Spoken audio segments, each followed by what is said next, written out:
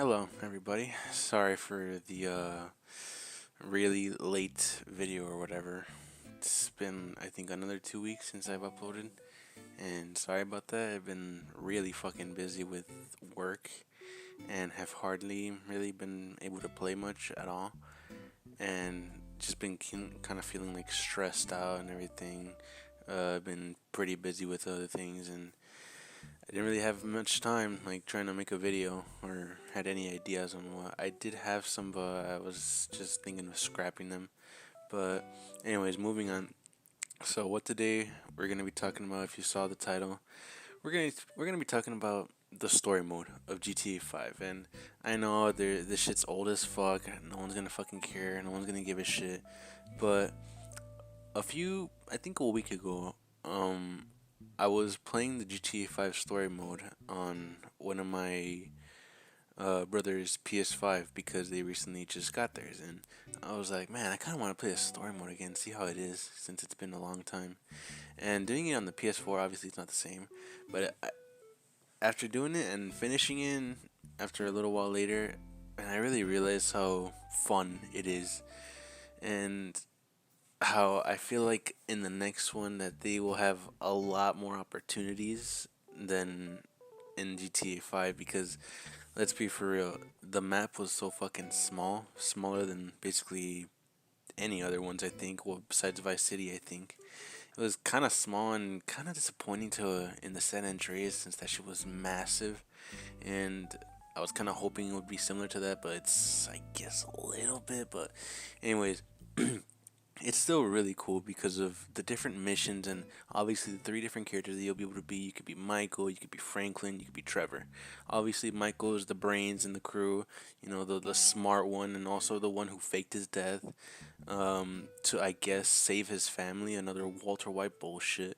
He saved his family to try to get away by betraying his friends and getting one of his friends killed, while also having the other one constantly on the run, which is like the biggest like snake thing to do and is massively fucked up. But I guess he did it all for his family and to get away with that bullshit, and I guess have a new life, even though that life was pretty miserable.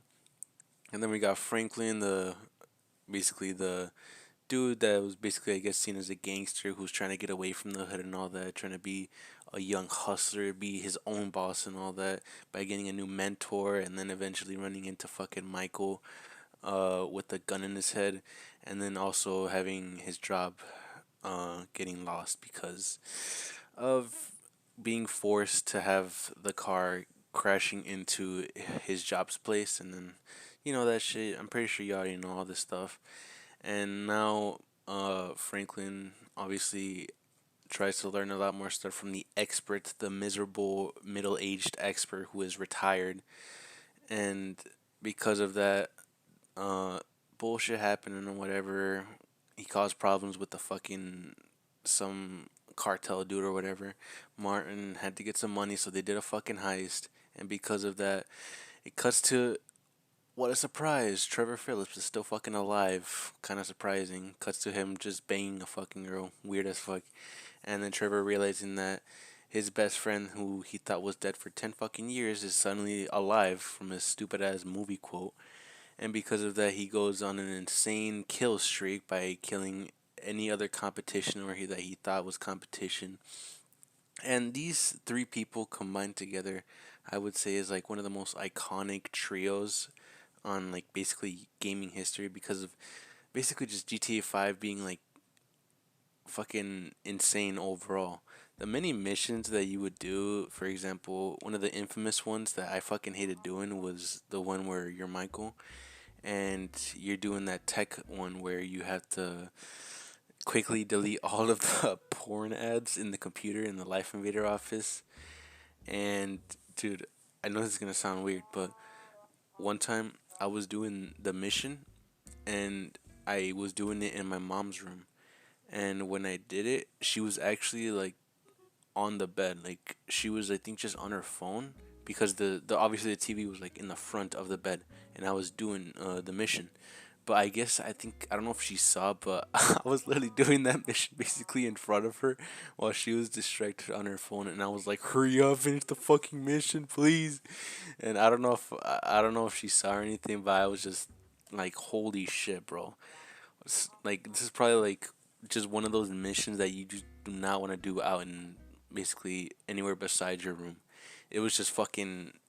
It's so unnecessary and bullshit. And doing that mission was just so annoying. And thankfully, I'm now a fucking adult, so it's not a big deal anymore. Um, but anyways, moving on from that, there was that mission, and there's also all the heists. The heists are like really fucking, basically pretty fun, and definitely an improvement because many of the other GTA's they've only had I think only one heist for some reason, just one heist every time. San Andreas only had one heist, the casino heist. GTA 4 only had the one heist, the Liberty City heist, I think, whatever it was. And even though those both of those heists were actually like really fucking cool, it kind of sucked that there was only one heist. But luckily in GTA 5 there was four. I think supposedly five. Wait, hold on. The Jewel Store, Polito Bay, yeah, the Bureau Raid, and the big one, yeah. People say that the classic Blitz plays the heist, but it just kind of sucks that you don't fucking get paid over that. But anyways, the heist fucking dope as fuck. I loved all of them basically. Doing the jewel store job was fun as fuck. Doing the Polito score, that one was like insane. All the chaos and using the fucking minigun, and then the bureau raid it was alright. The different ways was kind of stupid. Like you could either go up from the sky, be stealthy, and then break through, and then also like put a C4 on the door to break in, or you could just be a fucking janitor, clean up with the mop, put a fucking C4 in the toilet. I think if I recall, I don't know, and then just becoming firefighters and trying to get to the hard drives or whatever. It was pretty cool. And the different missions also, like I think my favorite ones was in the recycling center, from Franklin, Stretch, and Lamar. Obviously the Crystal Maze where Trevor blows up the fucking house of the O'Neills. What else? Also, I think the Pac-Man one. And not really actually. The Hood Safari, there we go. The Hood Safari where Trevor and Franklin first I guess have a mission together, like, get more closer together and understanding their relationship. What else? There were some other missions that were also really fun, but I just forgot about them. Anyways, and then the many different boring missions, obviously like Michael's missions, where all his family is so depressed and miserable. Oh my god, what a surprise! I know, especially the fucking yoga one. That one's just irritating. If anyone would understand, back in the PS3, if you didn't take care of your controllers, they were kind of like shitty quality. Obviously, the PS3 controllers, so there would be a good chance where you could have stick drift, and stick drift is just a horrible thing for that specific mission because just a little bit of stick drift and it could fucking ruin your whole process and you have to restart and you might eventually actually fail the fucking mission. It was annoying and honestly just completely boring. The part where Michael is flying through the sky, I mean, that was cool, I guess. It's not a big deal. I mean, he's on drugs. He was spiked, but it was okay. It's fine, I guess. It was cool, but I don't know. It wasn't really my favorite. I think it was like the most annoying mission ever. Moving on from Michael, I think Franklin and Trevor, they were definitely one of the funnier characters because of the relationships. Like Franklin and Lamar, their conversations that they would have would be just like funny as fuck because of their arguing and how like I guess Franklin would have the logical conversations while Lamar would just be like, I don't know, go stupid, go crazy or whatever. And then just Lamar like calling him a little bitch because of that. And then also Trevor, basically, if you any characters, like any people that know Trevor, will automatically be their bitch because I mean, you would never want to be on the opposite side of Trevor because if you would just try to piss him off a little bit, no matter what you do, if you just annoy him a little bit, just a little bit,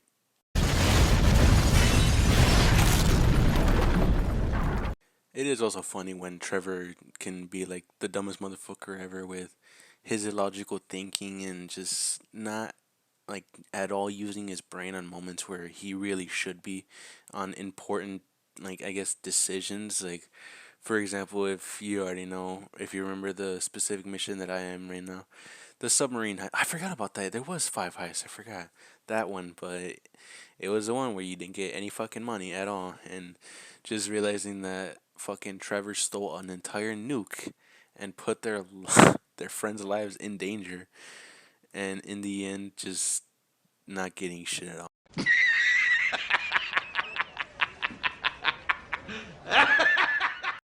There's also interesting lore based on Trevor and Michael. Obviously, in the prologue, you can see that they start off with robbing a bank, and Michael and Trevor and Brad, who was dead 10 years later. Well, since Michael died, supposedly. Well, what I'm assuming. I don't know the lore and everything, but apparently the lore from I guess what I think of, the lore is that I guess I don't know if Michael got an opportunity or something, where either an option was to either go to prison because I guess he was already, I guess, investigator or whatever. I'm not sure.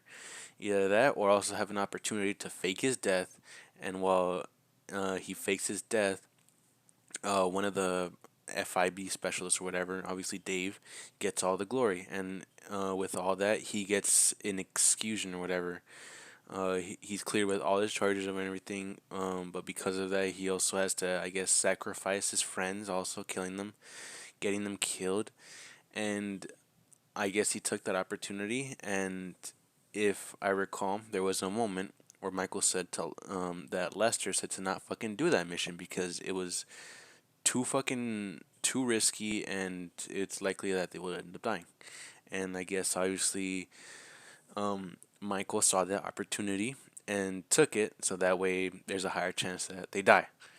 But in the end, of course, Michael faked his death, but also Brad died, and uh, Trevor was lucky enough to survive that, but eventually, I guess, ran off and was in hiding for quite a while. And just thinking that his friend Michael died, mourning his death. If you if you don't know this, if you go to Trevor, you take off his shirt, you can see that he actually has a tattoo on I think his back or torso. Actually has a tattoo. It says "Rip Michael," like actually like mourning the death of his best friend. Having I guess some sort of memory, to go with him forever because he was his best friend. He thought he was like one of his best friends ever, even though he was getting all soft because Michael suddenly had a family with escort Amanda. I think I'm not sure. Uh, but later, I guess he finds out that Michael was actually alive, and Trevor feels fucking betrayed because all this time he mourned his death, even though he was alive this whole fucking time for a whole decade. And then later on, he also believes that Brad is in prison for 10 years straight. He thinks that, oh, maybe one day I'll break him out of prison and reunite again to get the revenge on whoever killed Michael. But it didn't go as planned, and Michael was keeping this secret for a long fucking time um, from Trevor and saying that, oh yeah, Brad's still obviously in prison and he's been in witness protection, even though apparently he hasn't. I don't know. Apparently, there's been a bunch of evidence saying that Mike was never in witness protection. And of course, I guess Trevor believed that. And I mean, how can you blame him? Because the past times that Trevor and Michael reunited, they were just in constant fighting. And what? How can you can't really blame Trevor because like, how would you feel if you were just betrayed like that, feeling like, oh wow, my fucking friend just betrayed me, just lied to me that he was never dead and just acted like it was nothing, and never even balled to like I guess call or saying, oh hey, I'm alive, maybe just at least keep up or something. No, I guess fuck him.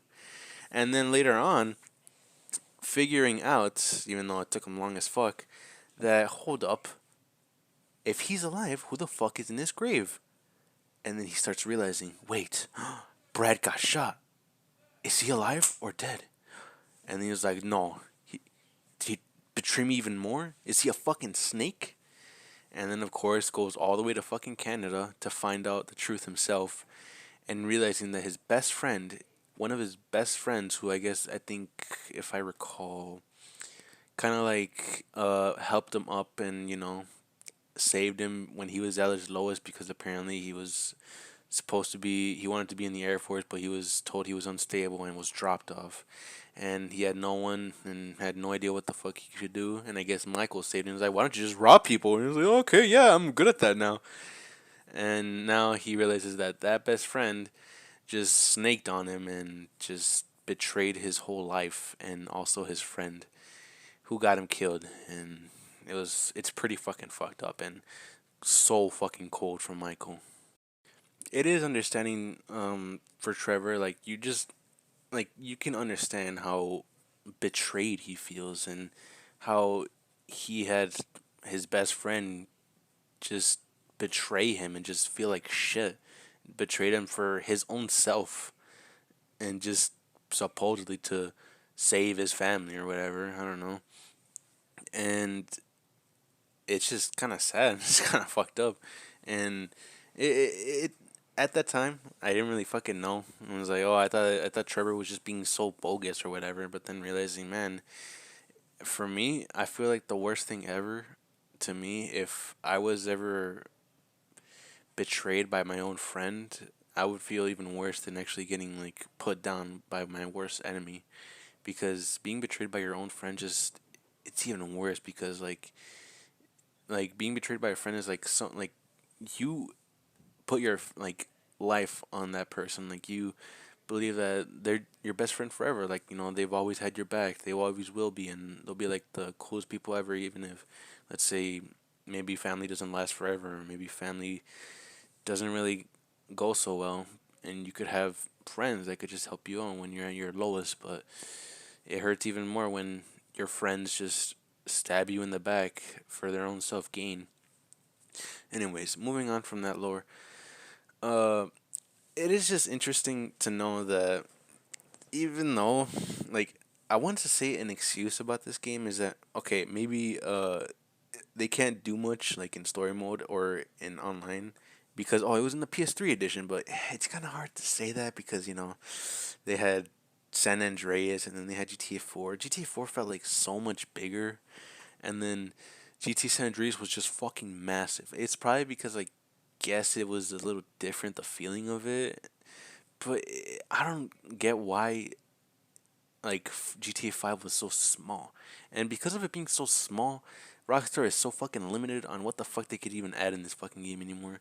Like, you could just clearly see that in the many missions, for many of their DLCs, they're always just the same. Go to this fucking house and then rob or kill some people inside it, hack some shit, and then continue on with the DLC. And because of that, you get more money.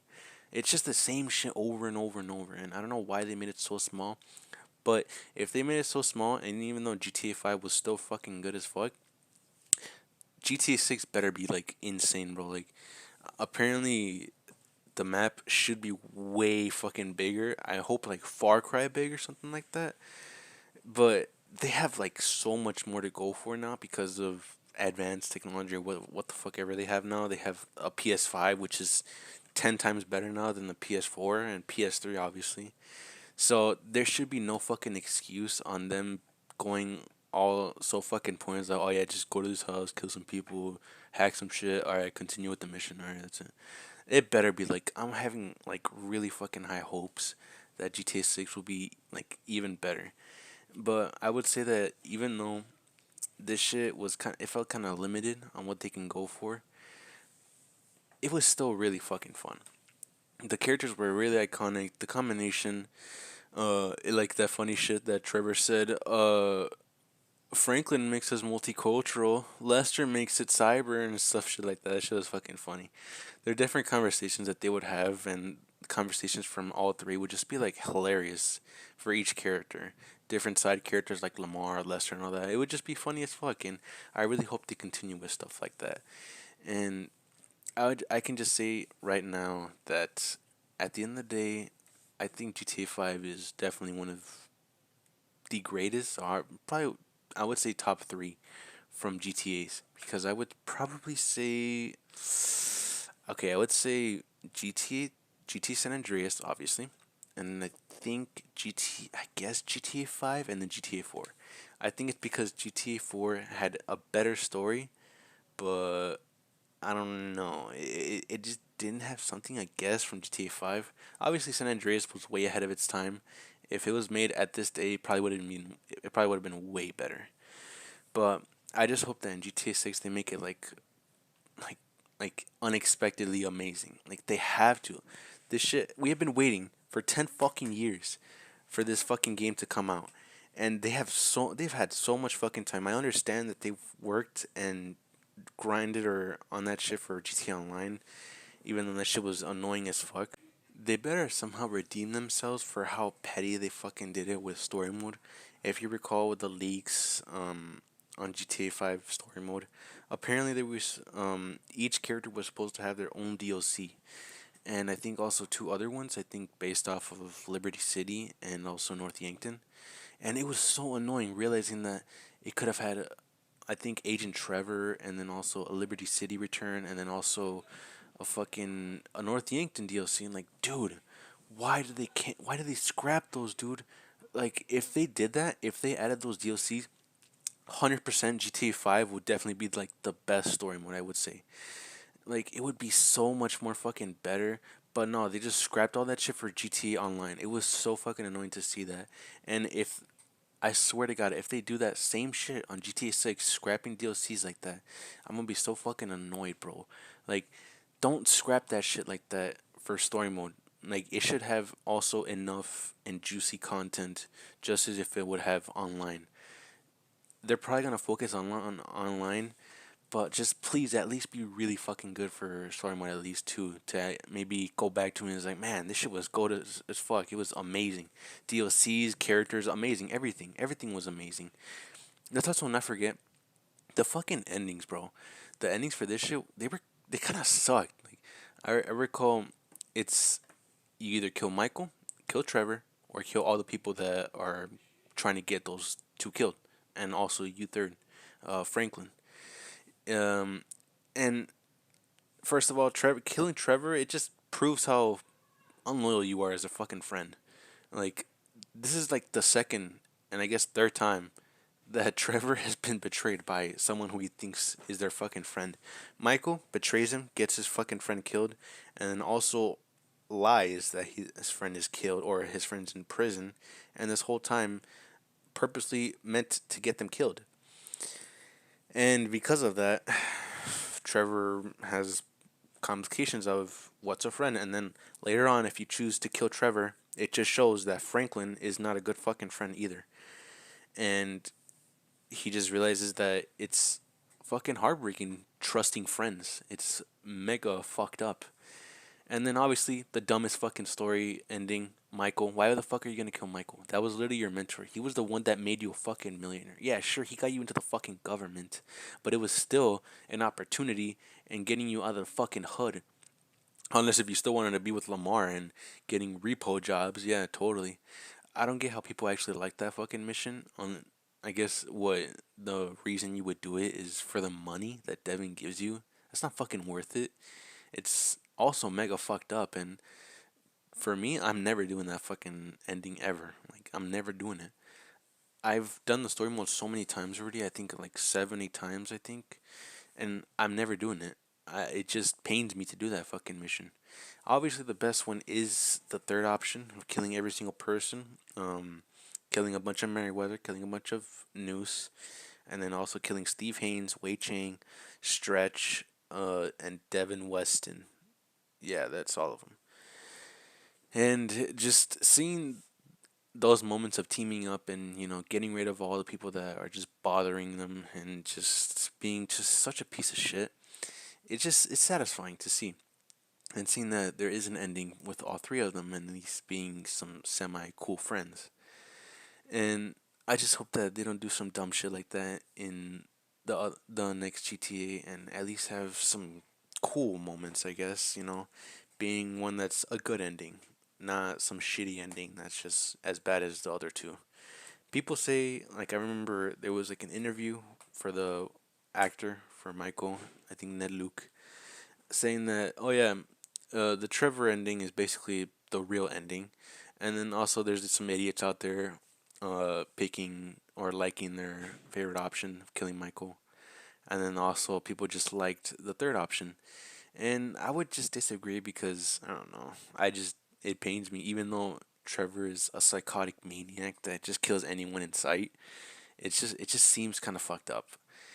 And at the end of the day, I just want to say the reason I'm making this video is I did want to make a video like based on the 10th anniversary, but I just didn't think of anything. But I'm glad that this was based off of how much I really enjoyed GTA story mode for GTA 5, obviously. And I really hope that Rockstar doesn't fuck it up and just like mind blows us for, you know, enjoying a next GTA game and not just dealing with fucking online. Anyways, I hope you enjoyed my TED Talk, and I know I talked a lot, and I know it's been a while, but I'm trying to keep up, and I will try to see if I can make some other videos. I don't have much, but sorry for all the excuses, but I hope you enjoyed on why I think GTA 5 story mode was amazing and is still amazing to this day, and it's nice to relive it again if you ever want to go back to it and enjoy the fun moments from this iconic trio of Michael, Franklin, and Trevor. Democracy, Franklin. Civilization's greatest virtue. Jesus, your therapist has a lot to answer for. I know, I still hate myself. But hey, at least I know the words for it now. Yeah, but I hate you, and I know the words for it. So does that mean I don't have to go to therapy? Look, man, you two motherfuckers terrify me of that middle age. I'm good. You're right to be afraid, Franklin. Yeah. Be very afraid, Franklin.